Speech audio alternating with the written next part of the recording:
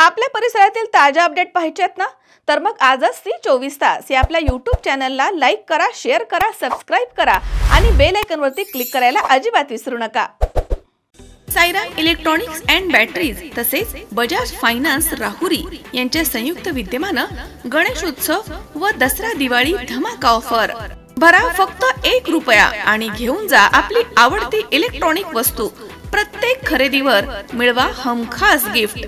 पहिलं बक्षीस electric bike, दुसरा बक्षीस 43 इंची LED टीव्ही, तिसरं बक्षीस फ्रीज, चौथं बक्षीस वॉशिंग मशीन, पाचवं बक्षीस आटा चक्की।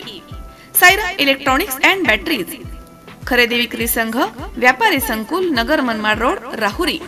Sairam hospital test tube baby centre. मी डॉक्टर स्वप्नील माने, स्त्रीरोग, वंध्यत्व व दुर्बीणद्वारे शस्त्रक्रिया तज्ञ। आमच्याकडे दुर्बीणद्वारे शस्त्रक्रियेसाठी लागणारे सर्व अत्याधुनिक उपकरणं अवेलेबल आहेत।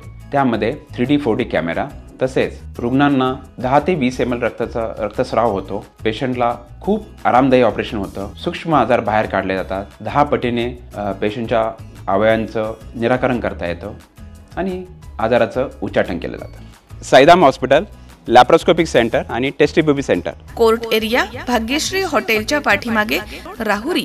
राहुरी तालुक्यातील दवणगाव परिसरामधील अल्पवयीन मुलींवरती झालेल्या लैंगिक अत्याचाराचा गुन्हा उघडकीस आणून तपासाच्या दरम्यान खुनाचा धक्कादायक गुन्हा उघडकीस आणणारे राहुरी पोलीस पथकाचा अहिल्यानगर येथील स्नेहालय संस्थेतर्फे मानपत्र देऊन सत्कार करण्यात आलाय। स्नेहालयाच्या पूजा दहातोंडे यांनी राहुरी पोलीस ठाण्याला दिलेल्या माहितीच्या आधारे पोलीस निरीक्षक संजय ठेंगे यांच्या मार्गदर्शनाखाली पोलीस पथकानं तालुक्यातील दवणगाव या ठिकाणी छापा टाकला। यावेळी 3 अल्पवयीन पीडित मुलींची पोलिसांनी सुटका केली। संशयित आरोपी बजरंग कारभारी साळुंके आणि शीतल बजरंग साळुंके यांना पोलिसांनी तात्काळ अटक केली। दरम्यान पोलीस रिमांडमध्ये सदर आरोपी पती पत्नीनं निलेश जगन्नाथ सारंगधर याचा गळा आवळून खून केल्याची कबुली दिली आहे आणि त्यानंतर पोलीस पथकानं 6 महिन्यांपूर्वी पुरलेला मृतदेह पुन्हा उकरून काढत पुढील तपास सुरू केला। या धाडसी आणि परिणामकारक कामगिरीबद्दल स्नेहालय उडान प्रकल्पातर्फे या पोलीस पथकाचा गौरव करण्यात आला। यावेळी उपविभागीय पोलीस अधिकारी जयदत्त भवर उपस्थित होते। मानपत्र प्रदान करताना हनीफ शेख, ॲडव्होकेट भाग्यश्री जरंडीकर माणक, तसेच प्रवीण कदम, शाहीद शेख, पूजा दहातोंडे, विनायक महाले, सरपंच प्रयागा लोंडे, शारदा ब्राह्मणे आणि शेंडी येथील अंगणवाडी सेविका आशा आढाव आदी या ठिकाणी उपस्थित होते। यावेळी पथकामधील पोलीस निरीक्षक संजय ठेंगे, पोलीस उपनिरीक्षक राजू जाधव, तसेच पोलीस हवालदार सूरज गायकवाड, राहुल यादव, शकूर सय्यद, गणेश लिपणे, प्रमोद ढाकणे, अंकुश भोसले, नदीम शेख, वंदना पवार आणि मीना नाचन यांच्या कामगिरीचा विशेष उल्लेख करून त्यांचा सत्कार करण्यात आलाय। हे प्रत्येकाची जबाबदारी आहे, प्रत्येकाचे काही कर्तव्य आहेत, त्याचा हा भाग आहे।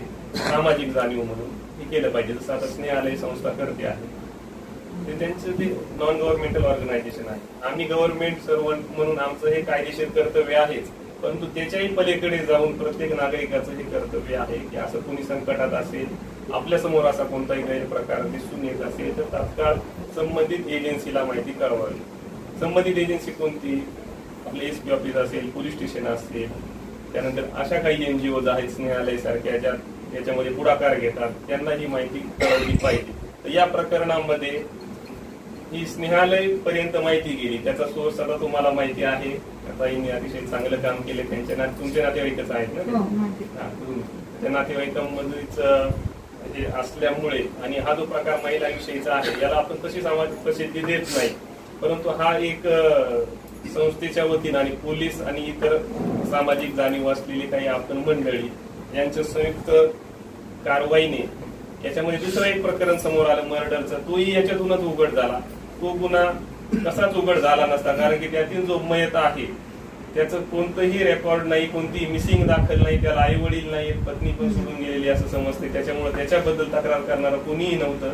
तर या प्रकरणाच्या अनुषंगाने अटक असलेल्या आरोपीने कबुली दिली की त्याने काही दिवसापूर्वी खून केलेला आहे। ती पण आता बॉडी रिकव्हर झालेली आहे, त्याच्यामध्ये खुनाचाही गुन्हा दाखल केलेला आहे। आरोपींना या अत्याचारामध्ये तसेच खुनाच्या गुन्ह्यामध्ये जास्तीत जास्त कशी शिक्षा होईल त्यासाठी आम्ही प्रयत्नशील राहू आणि तसे आम्ही भक्कम पुरावे गोळा करून यामध्ये दोषारोपपत्र दाखल करणार आहोत. तर सगळ्यांचं या निमित्तानं या ठिकाणी खूप कौतुक करावं असं वाटतं की आमचे ढेंगे साहेब इन्चार्ज हे पण अशा कामामध्ये अतिशय तत्पर आहेत. पोलीस म्हणूनच नाही तर त्यांनी सामाजिक जाणीव म्हणून आताही सांगितलं की मागे वेठबिगारांची त्यांनी सुटका केली आहे. ऑपरेशन मुस्कान अंतर्गत जवळपास त्यांनी 80 ते 90 मुलींची सुटका केलेली आहे. हे चांगलं काम आहे. बियॉन्ड कॉल ऑफ ड्युटी ज्याला आम्ही म्हणतो की आपलं रेग्युलर कर्तव्य आहे त्याच्याही पलीकडे जाऊन प्रत्येकाने काहीतरी करावं असं त्याचं हे समाधान मोजता येत नाही. हे जे समाधान आहे हे म्हणजे काय म्हणणार याचा कोणतंही मोजमाप नाहीये. हे स्वतःला माहिती असतं आपण काय करत आहोत त्यापैकीच ही गोष्ट आहे. त्यामुळे आज प्रत्येकाच्या चेहऱ्यावरती आमची जी टीम आहे PSI आहे त्यांचे सहकारी जे आहेत ते सगळे त्यांनी अतिशय चांगलं काम केलेलं आहे. कुणीही एक्स्ट्रा काम लागले मी करणार नाही असं कोणताही याच्यामध्ये असा कोणताही आडोसा घेतलेला नाही असं मी म्हणलं. आणि हे काम आहे हे अतिशय म्हणजे एकदम जेन्युइन मॅटर होतं असं मी त्याला म्हणतो की आणि सुटका होणं गरजेचे होतं की समाजामध्ये असाही प्रकार घडतो हे आपल्याला आणि आपल्या एकदम जवळ आजूबाजूला खेड्यामध्ये घडलेला आहे. असंही नाही की आपण आतापर्यंत न्यूज चॅनलला टीव्हीला वाचतो. आता तुम्ही संस्थेचं काम करता तुम्हाला हे माहिती आहे घडतं पण बाकी सामान्य नागरिकांना माहिती नसतं. जो काही प्रकार होतो आपल्यापासून लांब कुठेतरी आपल्याला न्यूजपेपरला वाचायला मिळतो तो पण आज राहुरी तालुक्यासारख्या एका छोट्याशा गावामध्ये हा प्रकार उघडकीस आला. त्याच्यामध्ये आपल्या सगळ्यांचं सहकार्य लाभलं. पोलिसांच्या वतीनंही ढेंगे साहेबांनी त्यांच्या टीमनंही मदत केलेली आहे. सामाजिक कार्यकर्ते आहेत त्यांनी मदत केली. सरपंच मॅडम असतील वा अंगणवाडी सेविका मॅडम असतील यांनी या ठिकाणी मदत केली. तसेच आपले सर्व पदाधिकारी यांचं अभिनंदन आणि स्वागत आणि कौतुक करावं तेवढं कमी. ज्यावेळेस समाजामध्ये अंधकार पसरलेला असतो त्यावेळेस कोणीतरी एक छोट्याशा ज्योतीचं काम करतं आणि त्या ज्योतीच्या माध्यमातून सगळं प्रकाशमय होण्याचं काम या ठिकाणी दिसत असतं. असंच एक केस आमच्याकडे आलेली होती आणि या केसच्या द्वारे आम्ही सर्व स्थानिक अंगणवाडीताई सेविका सरपंच यांच्या सगळ्यांच्या मदतीने आणि पोलीस स्टेशन राहुरी यांच्या मदतीने या केसमध्ये सर्वांनी जी संवेदनशीलता दाखवली त्या मुलीला न्याय मिळवून देण्यासाठीचा सगळ्यांनी प्रयत्न केला. आणि सगळ्यात महत्त्वाचं म्हणजे त्यांना पुनर्वसन करण्याकरिता सगळ्यांनी या ठिकाणी सपोर्ट केला. तर त्यांचं आपल्या या भारतीय लोकांकडून आणि खास करून संस्थांकडून त्यांचा मान सन्मान होणं हे आवश्यक आहे असं आम्हाला वाटलं. म्हणून अशा संवेदनशील सर्व या केसमध्ये काम करणाऱ्या आदरणीय पोलीस निरीक्षक ढेंगे सर असतील, आमच्या सरपंच मॅडम असतील, अंगणवाडीताई सेविका असेल आणि याची माहिती देणारे जो खरा आमचा दत्तात्रय आहे त्यांचा आम्ही या ठिकाणी सन्मान आजच्या दिवसानिमित्त या ठिकाणी करत आहोत. आणि आम्ही हा मेसेज देऊ इच्छितो या माध्यमातून अशा असंख्य केसेस यांच्यावरती पण अन्याय अत्याचार होत असेल तर कृपया त्यांनी बोलते व्हावं आणि सरपंचांच्या माध्यमातून आमच्या माध्यमातून आपण या सगळ्या मुलींना मदत देण्याचं काम आपण या ठिकाणी करावं. धन्यवाद. मनोज साळवेसह सतीश फुलसौंदर C24 तास राहुरी.